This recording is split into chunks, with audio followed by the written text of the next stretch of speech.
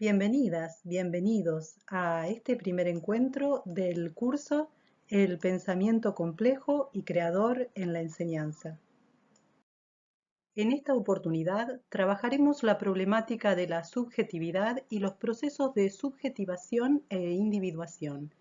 En la perspectiva que abordaremos, a la vez psicológica y filosófica, estos procesos están entramados y abiertos a los entornos culturales, a lo colectivo y al devenir. En este punto de partida nos interesa sobre todo abrir preguntas. Si nuestras subjetividades, seamos sujetos enseñantes o aprendientes, están abiertas y entramadas a los entornos culturales, entonces, ¿cómo y de qué modos operan los contextos tecnocomunicacionales en los que estamos inmersas e inmersos sobre las mismas?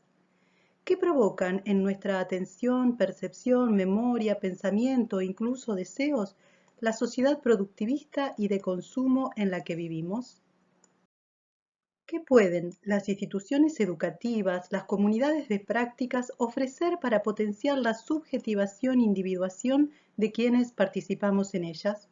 Los conocimientos disciplinares portan potencias operativas que pueden activar los procesos de pensamiento complejo y creador. Vamos a empezar a comprender y responder estos interrogantes.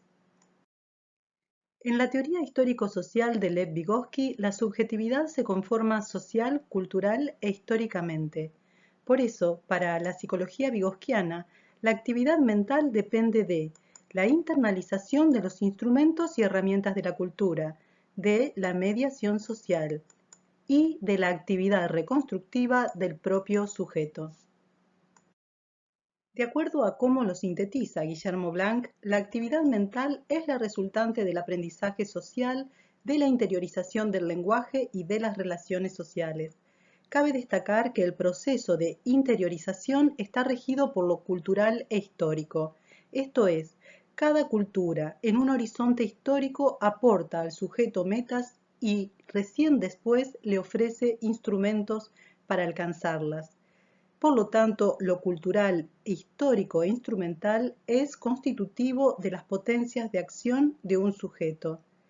Por eso Vygotsky formula la ley de doble formación. Somos seres sociales y nuestra mente depende de un proceso de sociogénesis. Todo es primero realizado con otros, interpersonal, pensado con otros y en la actividad compartida con esos otros, intermental, y luego es apropiado, se vuelve intrapersonal e intramental. En la filosofía de Gilbert Simondon, la constitución subjetiva se entiende como individuación. Lo psíquico en Simondon es más bien actividad psíquica. La actividad solo es posible en relación a un medio asociado, donde la misma se despliega. Este medio adyacente a nuestra actividad configura en parte nuestros modos perceptivos mnémicos de pensamiento e imprime una huella que informa o conforma nuestra subjetividad. Tal como este personaje, un personaje de la pintora Remedios Varo, que miren qué le está pasando. Está transitando por un camino árido de montaña. Sus ropas y todo él se mimetizan con el entorno. El color, la textura, las capas, la luz están conformadas por los elementos del paisaje en el que camina.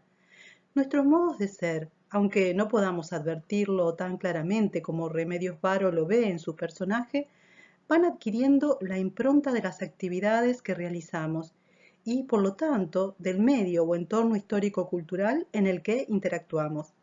Para Simondon, la individuación psicológica se establece gracias a relaciones transindividuales, en el seno de lo que él denomina lo colectivo.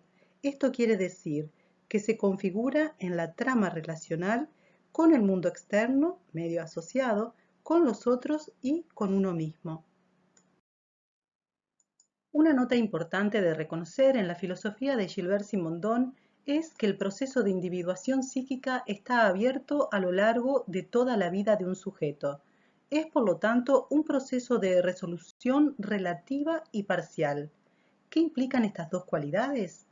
Pues bueno, el proceso es relativo, quiere decir que se produce de modo relacional. se concreta en relación con un medio asociado específico. Decimos este momento histórico, esta familia, esta escuela, estos docentes, que le ofrecen al sujeto determinados potenciales con que la actividad mental pueda expandirse. Y por otro lado, dijimos que el proceso de individuación psíquica es parcial, pues esto es porque no se completa, por ejemplo, al finalizar la adolescencia, sino que está abierto a lo largo de toda la vida y se despliega en fases sucesivas que amplían, si todo marcha bien, los límites de acción e incrementan la singularidad y libertad del sujeto. Ahora bien, cada fase de individuación depende de que el sujeto sea capaz y su medio asociado, lo colectivo, lo favorezca, de realizar actos subjetivantes que activen ciertos potenciales preindividuales latentes. Aquí hay una serie de claves fundamentales que nos brinda la filosofía de Gilbert Simondon. Según este autor, cada sujeto, cada uno de nosotras y nosotros, constituye su subjetividad por una parte de aspectos ya individuados. Es lo que nos permite reconocernos, identificarnos, y es por lo que nos reconocen los demás, en el interjuego de roles en los que participamos. Pero además, y aquí hay una clave fundamental, en cada uno, en cada sujeto hay más. Todo sujeto dispone de una carga de potenciales preindividuales. Observen esta pintura del artista surrealista René Magritte, de calcomanía. Es como si en la actualidad de lo que alguien es, de esa identidad que se ve con claridad, que los otros ven, hubiera un espacio potencial que le corresponde, que duplicaría y amplificaría su ser. Piensen que en cada sujeto hay ese espacio disponible de despliegue, siempre y a lo largo de toda la vida. Siempre se puede singularizar y pueden multiplicarse los modos de ser, amplificándose las zonas de actividad. Pero ¿de qué depende ese devenir más, esa ampliación del proceso de individuación que es habilitado y habilita el aprender para alcanzar modos más potentes de ser? Pues depende de algo que Simondon denomina lo preindividual latente. Y sí, se nos impone una pregunta crucial. ¿Qué es lo que llama Simondon lo preindividual? La subjetividad de cada sujeto, de cada quien, puede reconfigurarse y ampliar sus modos de ser y singularizarse porque existen en todos nosotros una carga de potenciales preindividuales tensos que dependen de nuestras conexiones y entramados a los sustratos del fondo común de la cultura y a los fondos biológicos de la especie.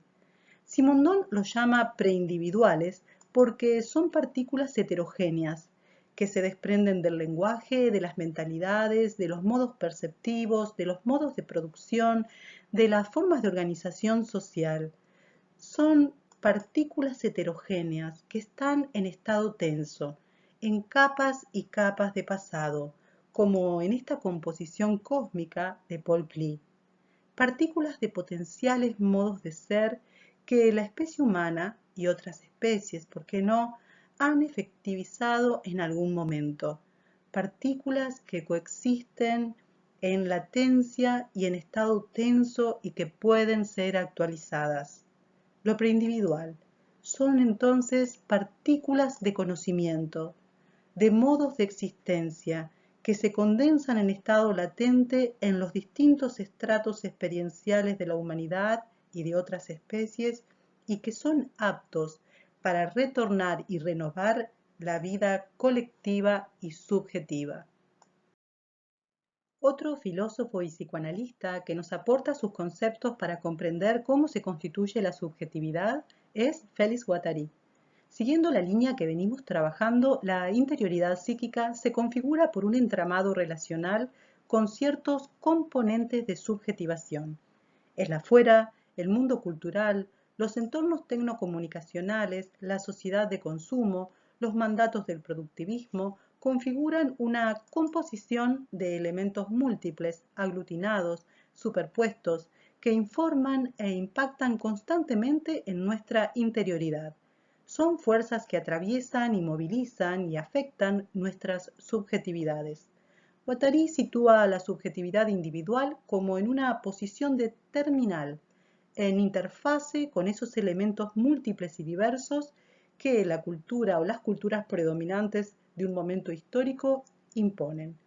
Por eso dice, el individuo está en posición de terminal, recibiendo y reaccionando, quizá resistiendo, respecto a procesos que implican grupos humanos, conjuntos socioeconómicos, máquinas informáticas.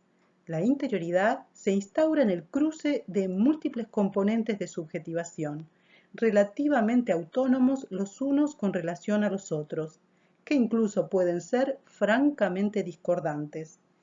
En composición séptima de Kandinsky se entrecruzan los flujos múltiples de componentes que circulan en la tecnosfera, en los acontecimientos planetarios, en lo cotidiano de cada grupúsculo.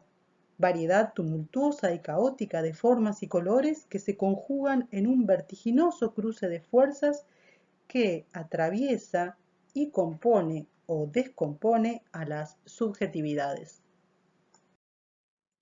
Toda cultura en todo tiempo histórico produce subjetividades. La misma, la cultura, le provee, al decir de Félix Guattari, a las subjetividades de equipamientos colectivos. Decimos, por lo tanto, que la subjetividad es construida, fabricada y equipada por componentes semióticos, significaciones, sentidos que cada cultura normaliza. Esto es, que la subjetividad es equipada por ciertos modelos de percepción que nos hacen ver el mundo, a los demás, a nosotros mismos, de cierto modo. También de motricidad, supónganse de gestualidades, cómo hablamos, cómo nos saludamos, es cultural, ¿no? De intelección, los modos en que pensamos, de inferir, deducir, de resolver problemas, la imaginación, la memoria. Así, por ejemplo, la cultura nos limita lo que es imaginable de lo que es inimaginable, lo que es digno de ser recordado de lo que cae rápidamente en el olvido. Son modos, son equipamientos que nos provee la cultura. Estos componentes semióticos se transmiten imparablemente a partir de consignas verbales: compre esto, sea eso, crea en esto, desee, que se incluyen en eslogans, en imágenes icónicas, en la información que se transmite todo el tiempo, por el modelado de actitudes, en los rituales de pasaje, en las gestualidades. Un equipamiento colectivo es una expresión ambivalente, en el sentido de que, por un lado, estar equipado por modos de pensar, de sentir, de actuar, que son compartidos colectivamente dentro de una cultura, habilitan códigos comunes y construyen una cierta normalización que pueden ser considerados parte importante de la socialización. Pero a la vez, los equipamientos portan mandatos, pautas, estereotipos que pueden constituirse en una carga, en límites y en el encasillamiento de los modos de ser. Aquí vemos una obra del pintor japonés Tetsuya Ishida. Es del año 2004 y se titula Interrupción. El niño está sentado en un parque y hay rastros de lluvia. Su indumentaria deportiva evidencia la suciedad del barro y sus pies están llamativamente descalzos. Su cuerpo está cargado con unas decenas de mochilas que cruzan no solo su espalda, sino los brazos, las piernas, el pecho e incluso la cabeza. Se podría decir que está equipado en demasía. En su mano izquierda pende un teléfono, pero el niño no está hablando y su mirada fija, que empieza a empañarse por las lágrimas, nos indica que la comunicación se interrumpió y algo lo dejó sumido en la tristeza, en la desesperación o el desconcierto. En Japón se da desde hace décadas el fenómeno de los hikikomori, jóvenes que se desconectan del mundo académico y ocupacional y se encierran en casa de sus progenitores, agobiados por las cargas y los equipamientos de una sociedad hiperexigente, cortan la comunicación con los entornos cada vez más competitivos y exitistas de la cultura en la que viven. Nosotros nos preguntamos, cómo equipa la percepción, la intelección, la imaginación, la memoria, nuestra cultura del productivismo y el consumo.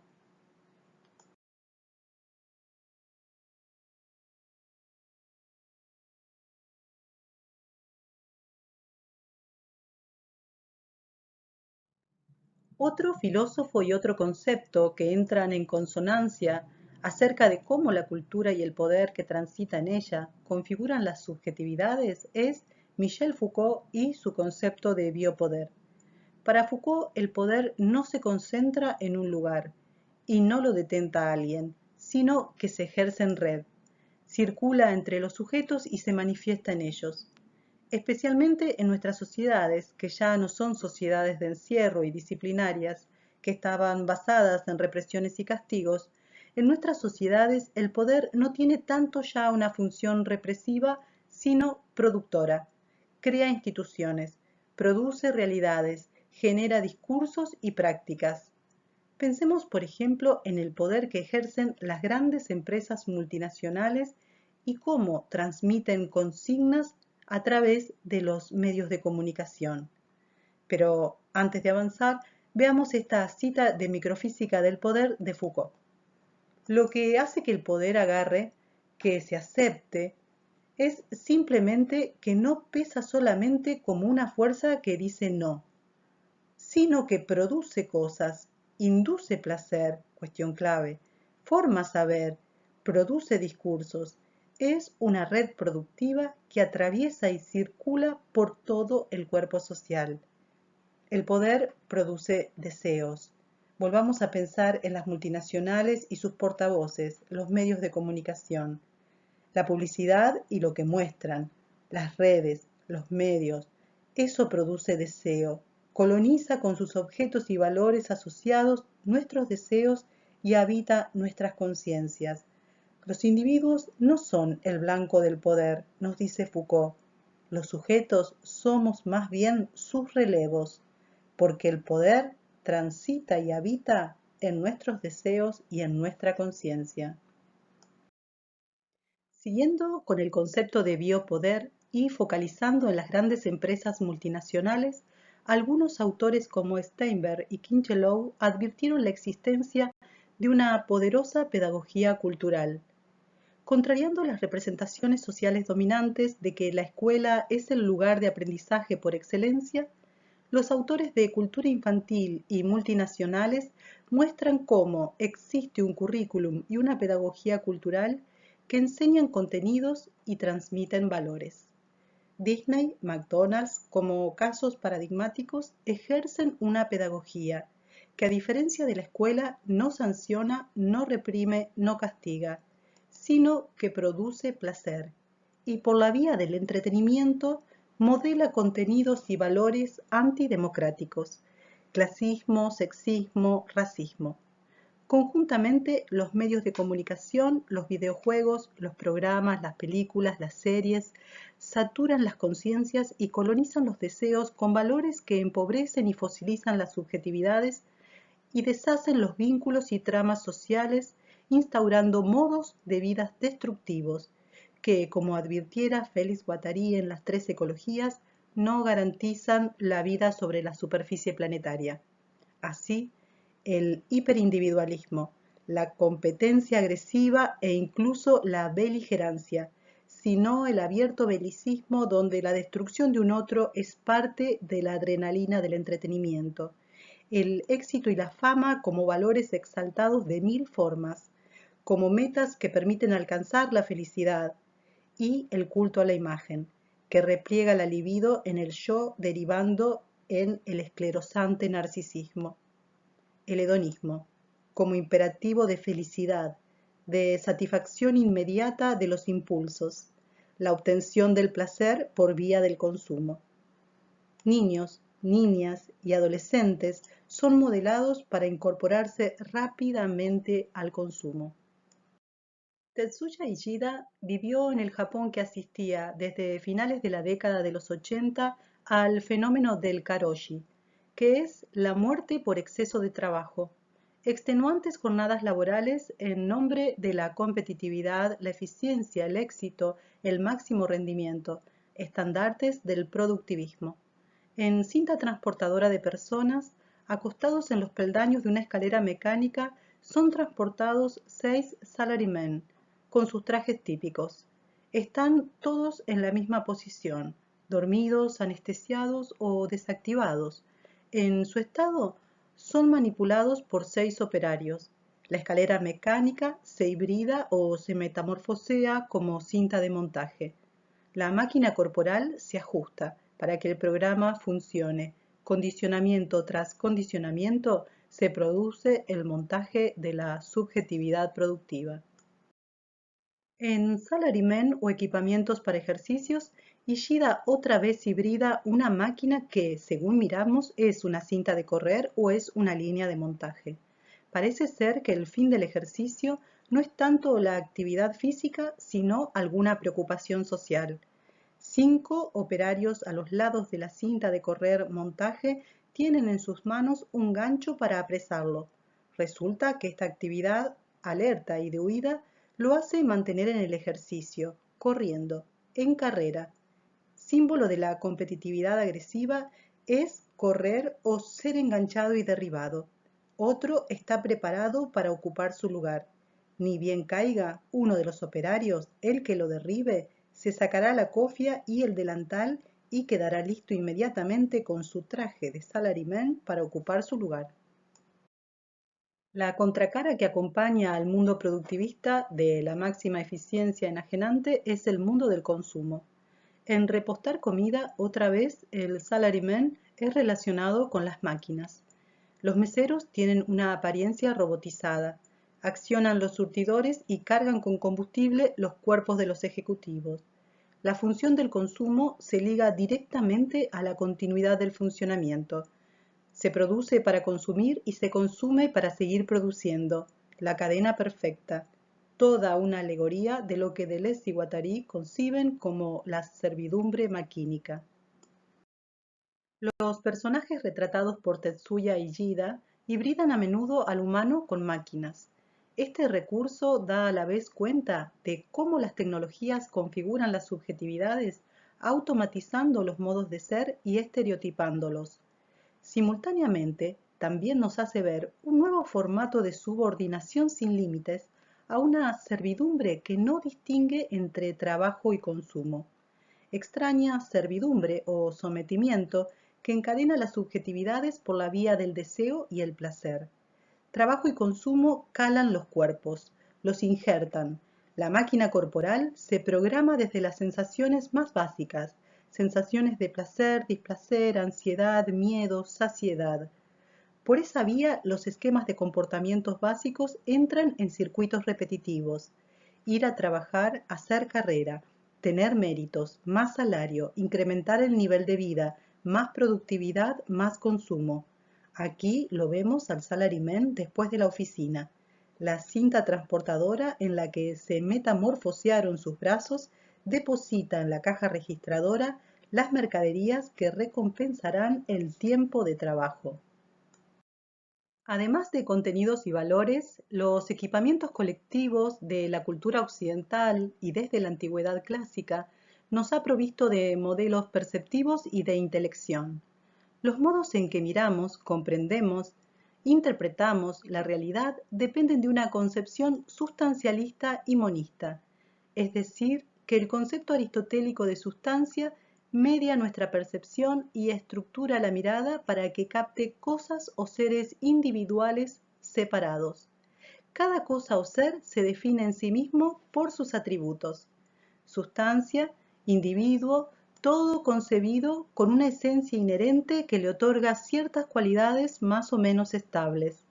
El hecho de percibir este árbol, este perro, este objeto, este día, este problema, nos hace desatender la red de relaciones en los que cada unidad interactúa, de la que es parte y que produce su ser y su devenir. Este sustancialismo y monismo se complementa con un utilitarismo técnico, que configura una inteligencia funcional y sesgada, concentrada en la búsqueda de la eficacia y la utilidad de resultados. Cada ciencia recorta su campo de acción, fragmenta un objeto en pos de categorizar y definir problemas. Pero esta fragmentación obtura la visión de las interacciones y resonancias. Así nos hemos hecho insensibles a la serie de nexos y relaciones de lo que cada cosa o ser es parte, al devenir que implica las transformaciones y cambios y mutaciones que se producen sobre todo por las lógicas relacionales de los intercambios. Inteligencia funcional que es totalmente insensible a lo estético y a lo ético. Ampliaremos este punto. En 1998, Tetsuya Ishida plasma una clase escolar en su obra Despertar. Todos estudiantes varones, y un maestro cuyo rostro no se ve, pero que parece leer o explicar una lección. Las poses de los cuerpos de los alumnos son un tanto desiguales, pero las miradas visibles de estos están como perdidas en un punto fijo, como si estuvieran en un trance hipnótico. Dos estudiantes sufrieron una mutación, pues excepto una parte de sus rostros, la totalidad de sus cuerpos conforma un gran microscopio. Sus extremidades, sus troncos, todo metamorfoseado en un instrumento de observación de laboratorio. Esta imagen da cuenta del proceso de montaje por el cual los equipamientos colectivos conforman las subjetividades. El equipamiento escolar reemplaza la corporalidad que habilitaría la sensorialidad, la motricidad, la afectividad plural por la única función de la observación. Todo esto se cancela en pos de potenciar y maximizar inhumanamente la capacidad escópica de observación. Derivado de los equipamientos colectivos de una cultura sustancialista, monista, tecnicista y eficientista, la escuela ha compartimentado el conocimiento asumiendo modos atomizados o tópicos de presentar los saberes disciplinares. Tanto Alicia Entel como Verónica Edwards han escrito sobre este tratamiento de los contenidos en el currículum escolar. El conocimiento atomizado implica un recorte de unidades de conocimientos en un tiempo y espacio delimitado, desconociendo la arbitrariedad de esas decisiones. El conocimiento tópico alude al mismo proceso, al modo de tratar con datos aislados ocultando las relaciones, al tratamiento como verdad absoluta de dichos datos que requieren ser repetidos de modo textual. Todo una enseñanza y aprendizajes sostenidos por el rito del dato y enmarcados en los recortes de disciplinas que se enseñan en compartimentos estancos. En este curso nos abrimos al desafío de pensar y diseñar experiencias que instauren espacios de enseñanzas y aprendizajes que incluyan al pensamiento complejo.